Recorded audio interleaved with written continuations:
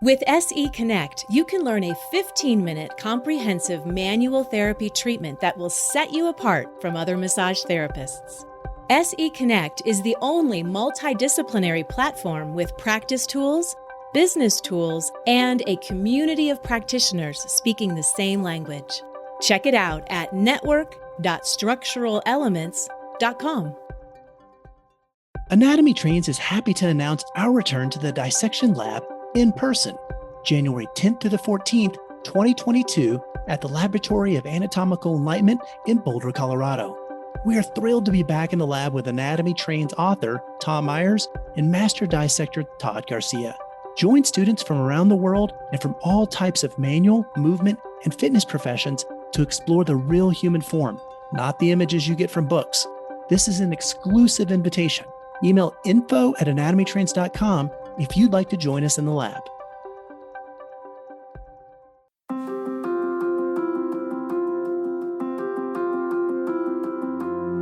Hi, my name is Allison Denney, and this is the rebelmt podcast, where you'll hear me forcibly colliding the worlds of anatomical jargon and humor. I believe that when you know your anatomy, the what, and you know your physiology, the how, the techniques will follow. But the loads of Latin and the gobs of Greek can make a cranium convulse. It is a little overwhelming to dip your toe into the sea of anatomical knowledge, only to find that it is a bottomless ocean. You are smart, but this is intimidating. You will get there eventually. In the meantime, let's look at things differently so that you will actually want to take a swim, or at least hop on a boat and take a peek at what's under the surface. There are two types of people in this world: those who like Instagram and those who like Facebook. Or is it those who like Androids and those who like Apple? Or is it coffee and tea? Or cats and dogs? Early bird and night owl? Sometimes I think there are so many categories that I forget which ones I fall into. And if I take one of those personality tests, I get entirely different results depending on the day, the week, the month, and of course, which planets are aligning. In other words, it's not always clear who I am. I'm not always sure what box I belong to. And I wouldn't want it any other way. For years, I wanted to figure out my category. It feels good to look at life like an organized shelf. It takes away the overwhelming confusion of self-definition, or the definition of anyone else for that matter. Kind of like how looking at apartments to rent or houses to buy seems so appealing, not because I need a new place to live, but because everything always looks so clean and tidy in the pictures. Forever, I wanted to live in any of those other houses, because mine was a mess. The world seems to be easier when we talk about it in crisp, clean sections. I wanted to fit into one of those categories on that shelf. For a while in my youth, I was really selective about what shelf I wanted to live on. My young brain could only conceive of happiness existing in a choice few shelves. If I was in one or two of those, then I would be happy. As I grew and matured a bit, my one or two shelves grew to about 3 or 4. I started to see why a certain category that I had snubbed my nose to in the past was actually, upon further inspection, pretty cool, and I wouldn't have minded belonging there. And then with even more maturity, I kept adding shelves. Shelves that I not only would have been okay with belonging to, but that actually looked super appealing with my new woke sense of perspective. So much so, in fact, that the partitions between the shelves began to blur. The lines between the categories muddied. The overlaps of who fit where and what part of me was who became confusing. This was distressing, as you can imagine, but then something magical happened. I started to see the world around me as green binary code, and suddenly I could actually bend the reality of the Matrix. No, I'm kidding. I'm not Neo. But I did start to perceive how not categorizing myself was actually something that might be beneficial. How living undefined could be freeing. And it was pretty cool. Not dodging bullets cool, but I gained a new sense of happiness and inner peace that I bet even Neo would be jealous of. So when we look at human anatomy, how can we apply this mindset? Here is what I think. When we sit in our first anatomy class in school, all we are taught is categories. First, there are the levels of organization, cells, tissues, organs, etc. And then there are subcategories of each of those: long bones, cardiac tissue, afferent and efferent paths, etc. And then it gets even more assorted: sympathetic and parasympathetic, hyaline and elastic cartilage, etc. Granted, all of these neat packages really help the learning process. Being able to fit something in a box helps us to identify it and relate to it. For example, if we look at muscle tissue, the first thing we learn is that there are 3 types: striated, smooth, and cardiac. The striated muscles, also known as skeletal muscles, are the ones that attach to bones. The smooth muscle, also known as involuntary muscles, are the ones that help your internal organs do stuff. And the cardiac muscle, also known as cardiac muscle, is, well, the heart. This really simplifies things. Nice, organized shelves. But do we think that the human body is really that simple? How can it be? This is the same human body that can freeze up and feel pain when the experts are insisting there's nothing wrong. And this is the same human body that can hike a mountain after being told it will never walk again. Also, this is the same human body that keeps unveiling its secrets and completely shifting how we understand the way we work, all the time. Muscles, all of them in each category, very often straddle classification boundaries. The diaphragm, a striated muscle, can be thought of as both voluntary and involuntary. The stomach, a smooth muscle, can be held responsible for some diseases of the heart. And the heart, well, it may not move our skeleton, but it certainly has moved us to do unthinkable and unimaginable things. Let's look, for example, at just one of those skeletal muscles, the gluteus medius. This is one of my favorite muscles. Known as the deltoid of the hip joint, this lateral hip muscle mimics the deltoid in that it wraps around a ball and socket joint and pulls that joint into conflicting movements. If we look at the deltoid, it looks like a big upside-down teardrop that has just been in a fight with a ninja and didn't fare so well. The glute medius is the same, just dropped down from the shoulder and applied to the hip. With many layers and a wide girth, this lateral hip muscle moves the hip joint into all but one of its possible actions. So, the anterior fibers pull the hip into flexion and internal rotation, like if you were to sit in a chair and cross your legs. The posterior fibers pull the hip into extension and lateral rotation, like if you were to stand up and decide to walk like a duck. And the middle fibers, the ones in the middle, of course, pull the leg into abduction, like the beginning of a jumping jack that you are doing because sitting and then standing and then walking like a duck is indeed something to celebrate. The glute medius is one of the 3 glute muscles, sandwiched between the maximus and the minimus. The maximus is the most well-known and is used to hogging the spotlight. The minimus is like the forgotten youngest sibling who wants to make a loud noise every once in a while just to be heard. And the medius lies just in the middle, offering support to both its brethren and just doing its best to support the hip whenever it can. The origin of this noteworthy middle child lies on the gluteal surface of the ilium between the posterior and anterior gluteal lines, just below the iliac crest.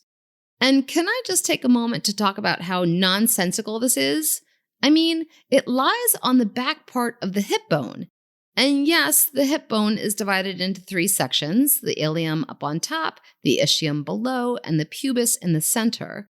But the quote-unquote posterior and anterior gluteal lines really throw an anatomist off. Both of those lines are on the backside or posterior aspect of the ilium. But because the ilium curves around to the front like a big wingspan about to hug you, the so-called anterior line is technically on the back part of the hip that wraps around to the front. Kind of. It is so confusing, in fact, that if you search for the origin of the glute medius online, you will find many, many varying results. I found one site that just plainly stated the lateral hip as its origin, and I don't blame it. All you need to know here is that the glute medius is stuck to the back part of your hip bone that you can see if you were standing sideways.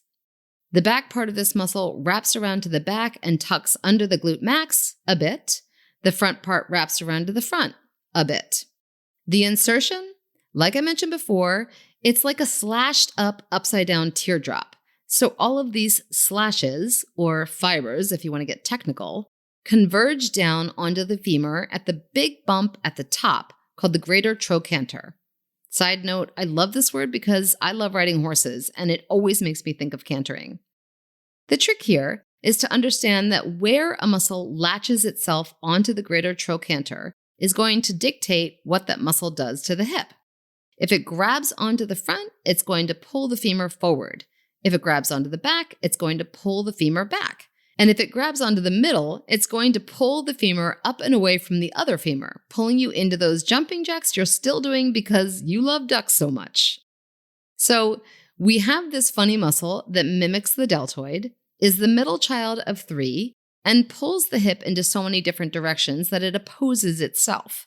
There is no doubt that this is a classic case of an identity crisis. So how do we handle a muscle who doesn't know who it is? The same way we handle anyone who is still trying to figure out who they are in this crazy world. Ease them into the idea that possibly not fitting into a box is a good thing, and take it one day at a time. What techniques work then? I always like to start any glute medius work with my client on their side, affected hip up off the table. This gives me access to the entirety of the muscle while allowing space for my client to move his or her leg in whatever direction I need it to go. For the purposes of this verbal account of a hands-on demo, let's say we are working with the client's right hip. With their left leg extended straight and their right leg slightly bent towards their chest, place a bolster under their right knee, ensuring the neutrality of the joint itself. Just to be clear, if you leave the client's leg unbolstered, the knee drops down to the table into a deduction, the one action the glute medius does not do, which would lengthen the middle and posterior fibers. We want to start from a nice neutral position. Begin by locating the muscle itself. Palpate the iliac crest and the greater trochanter. Drop in between those 2 points, and if you are on the lateral most aspect of the hip, you are on the glute medius. Then start the work by slowly sinking in and working from posterior to anterior and then again from anterior to posterior across the belly of the muscle. The fibers happen to be running from superior to inferior, which means you are crossing perpendicularly over them. From this initial contact, you can begin to feel where the tension lies and check in with your client about anything they might be feeling as you work your way through the muscle. Once you have agreed on which aspect of the glute medius is creating a dysfunction, you can then decide what techniques might best apply. Maybe it's the posterior fibers, and a pin and stretch would do the trick. Have your client extend their right leg, sink into the posterior fibers, and then have them bring their knee to their chest, stretching out this aspect of the muscle. Or maybe the anterior fibers are tense and not letting go. Keeping the hip flexed and the anterior fibers softened, ask your client to gently kick their knee out straight. Sink into the anterior fibers and have your client point their knee towards the floor, then up towards the ceiling, then back down towards the floor again. This engages the front of the glute medius while your pressure breaks up any stuck tissue around it.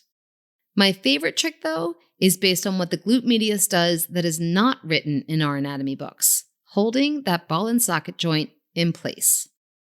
Most of us stand when we are standing around talking or waiting or just not wanting to sit, with our weight shifted onto one leg and the other leg resting in a slack pose, not doing any of the work. That's all fine and good, except for the fact that we are taking all of our weight and giving it to one hip.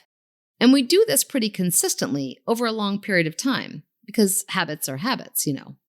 So the leg that is holding all of you up, that hip is working extra hard to remain stable.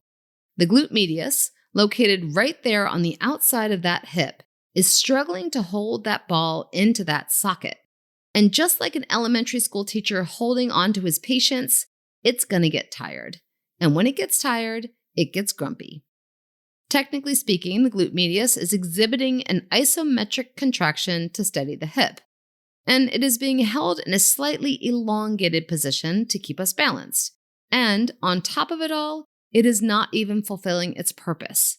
The sitting or the standing or the duck walk or the jumping jacks. It is quite literally being thrown a curveball when it already has this internal confusion of who it is. Talk about throwing salt on a wound. Try this. With your client prone, sink into the affected glute medius and ask your client to completely let go of their glute max, their hamstrings, quads, kneecaps, calves, and toes. Have them breathe into their low back, release their abdominals, and let them feel the unwinding of a tension they didn't even know they had.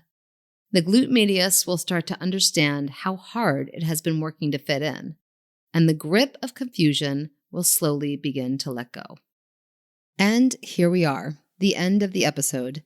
Thank you to the extraordinary crew over at ABMP for helping me get my words into your ears. And if you want to get any of your words into my ears, or more accurately into my brain via my eyeballs from a computer screen, drop me a line at rebelmt@abmp.com. That's REBELMT@abmp.com. I always want to hear your questions, comments, suggestions, or salutations.